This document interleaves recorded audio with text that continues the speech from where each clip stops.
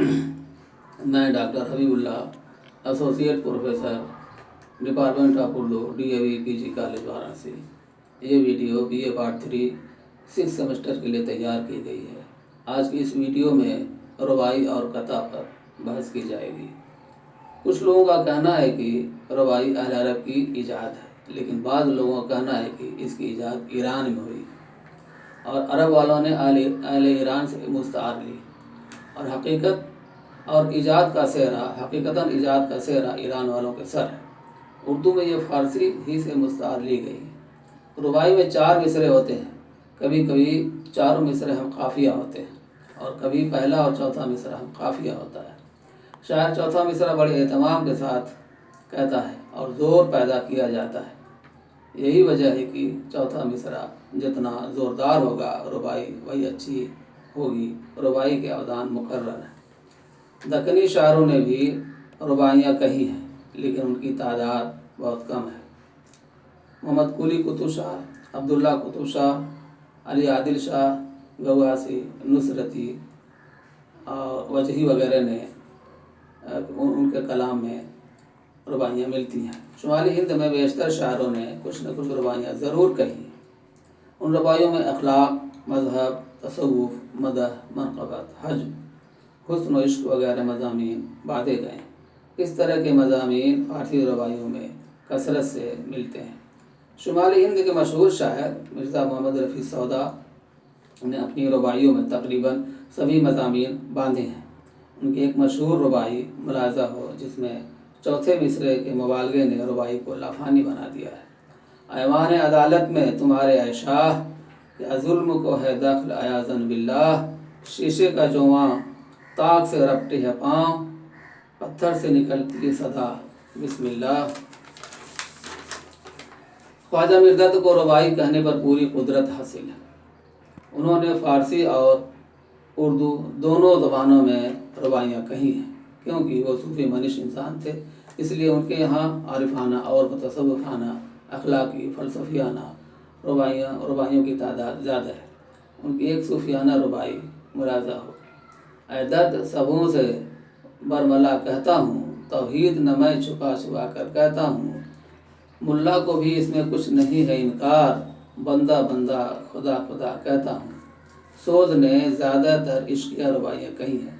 ज़ुबान की बेसाख्तगी और बरजस्तगी ने उन रुबाइयों में बहुत ज़्यादा असर पैदा किया है। अगरचे उन्होंने अखलाकी, मजहबी और फ़लसफ़ियाना रुबाइयाँ भी कही हैं, मगर उनमें वो असर नहीं। उनकी एक इश्किया रुबाई मुलाज़ा हो, कहता हूँ जिससे आशनाई की बात, सुनता है वो मुझसे और मलता है हाथ, कहता है ये कहा क्या नादां तूने, अब क्यों के कटेगी सोच तेरी औकात। मीर तकी मीर भी एक कामयाब रुबाई नगार हैं। गज़ल में जो उनका अंदाज़ बयान है वो यहाँ पर भी कायम है, इसलिए उनकी रुबाइयों में गज़ल की नश्तरियत और सोज़-ओ-गुदाज़ है।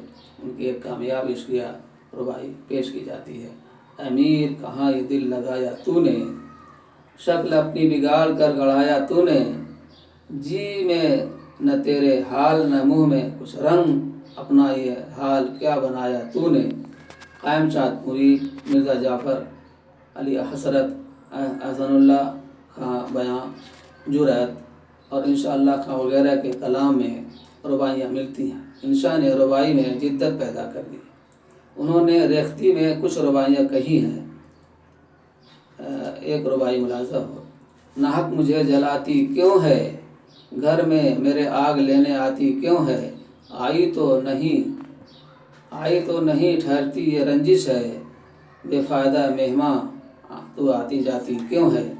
अनीस व दबीर का नाम मिर्ज़ा गोई में सर फ़हरिस्त है, लेकिन हकीकत यह है कि उर्दू में रुबाई की लाज भी उन दोनों ही ने रखी है। फिर अनीस की रुबाइयों में तमाम तर मुरवजा मज़ामीन मिलते हैं। उन्होंने मजहबी मौज़ूआत पर बहुत ज़्यादा रुबाइयाँ कही हैं। चूँकि बुनियादी तौर पर वो मरसिया गो है, इसलिए उन्होंने वाक़यात करबला पर रुबाइयाँ कही हैं और ये उन्हीं की जिद्दत है। ऐसी रुबाइयों को रसाई कहा जाता है। उन रुबाइयों में वही फसाहत व बलागत और सलासत व रवानी है جو مرثیوں میں ہے۔ ایک رسائی ربائی ملاحظہ ہو: جب دفن ہوا شیر خدا کا جانی، سجاد نے کی قبر پر آب افشانی، شبیر کی پیاس کا کہوں میں کیا اثر، پیتی گئی خاک جتنا چھڑکا پانی۔ زبیر نے بھی ربائی میں تمام موضوعات پر طب آزمائی کی ہے۔ انہوں نے بھی میرانیز کی طرح رسائی ربائی کہی ہے۔ غالب، ذوق، مومن کے دیوان میں بھی ربائیاں ملتی ہیں۔ ایسے شاعروں میں مولانا الطاف حسین حالی قابل ذکر ہیں، کیونکہ انہوں نے اخلاقی، فلسفیانہ، اصلاحی اور سیاسی ربائیاں کہہ کر قوم کو سدھارنے کی کوشش کی ہے۔ مولانا وحید الدین سلیم نے حالی کی رباعیوں کو رباعیات حالی کے نام سے مرتب کر دیا ہے۔ اکبر الہ آبادی کو بڑھتی مغربی تہذیب کی قرآنہ تقلید سے نفرت تھی۔ وہ اس سیلاب کو روکنے کی پوری کوشش کر رہے تھے، اور انہوں نے سیاسی، مذہبی، متصوفانہ، اخلاقی اور فلسفیانہ رباعیاں کہی ہیں۔ جوش ملی آبادی دراصل نظم کے شاعر ہیں، لیکن انہیں رباعی گوئی میں پوری قدرت حاصل ہے۔ ان پر عمر خیام کا پورا اثر ہے۔ امجد حیدرآبادی اردو کے پہلے شاعر ہیں جن کی شہرت کی بنیاد صرف رباعیوں پر ہے۔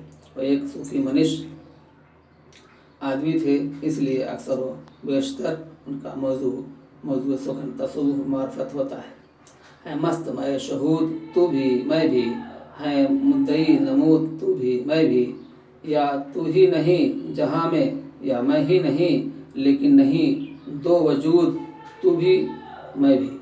فراق گورکھپوری نے اردو میں اعلیٰ درجے کی رباعیوں کا اضافہ کیا ہے۔ انہوں نے رباعی میں اپنے محبوب کا سراپا بیان کیا ہے اور ہندوستانی زندگی کا عکس اتارا ہے، اور یہ کہا جائے کہ فراق گورکھپوری نے اردو رباعی کو ایک نئی زبان دی ہے تو غلط نہ ہوگا۔ وہ پہلے شاعر ہیں جنہوں نے ہندی الفاظ کا کثرت سے استعمال کیا ہے۔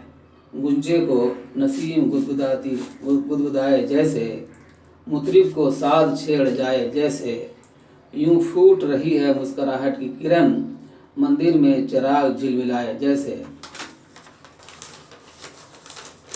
اب قطع کے بارے میں تھوڑی سی گفتگو کی جائے گی۔ رباعی کی طرح قطع کو بھی اردو شاعری میں خاص مقام حاصل ہے۔ یوں تو قدیم شعراء کے کلام میں بھی دو یا دو سے زائد ایسے اشعار کو قطع کہا جاتا تھا جن میں کوئی مضمون یا خیال تسلسل کے ساتھ پیش کیا گیا ہو، لیکن جدید شاعری میں دو اشعار یا چار مصرعوں کے قطع کو ایک آزاد اور علیحدہ صنف سمجھا جانے لگا، اور آہستہ آہستہ یہ صنف مقبول بھی ہونے لگی۔ بقول اختر انصاری، قطع کو ایک سمٹی ہوئی مختصر نظم کہا جا سکتا ہے جس کے چار مصرعوں میں کسی خاص خیال یا تجربے کو پوری شدت اور تاثر کی وحدت کے ساتھ بیان کیا جاتا ہے۔ قطع کا دوسرا اور چوتھا مصرع ہم قافیہ ہونا ضروری ہے۔ اردو میں اختر انصاری اور احمد ندیم قاسمی نے قطع گو شاعر کی حیثیت سے خاص شہرت حاصل کی ہے۔ اختر انصاری کا ایک قطع مشہور ملاحظہ ہو: ان آنسوؤں کو ٹپکتے دیا نہ تھا میں نے، کہ خاک میں نہ ملیں میری آنکھوں کے تارے، میں ان کو ضبط نہ کرتا اگر خیر ہوتی، پہنچ کے قلب میں بن جائیں گے یہ انگارے۔ بہت بہت شکریہ۔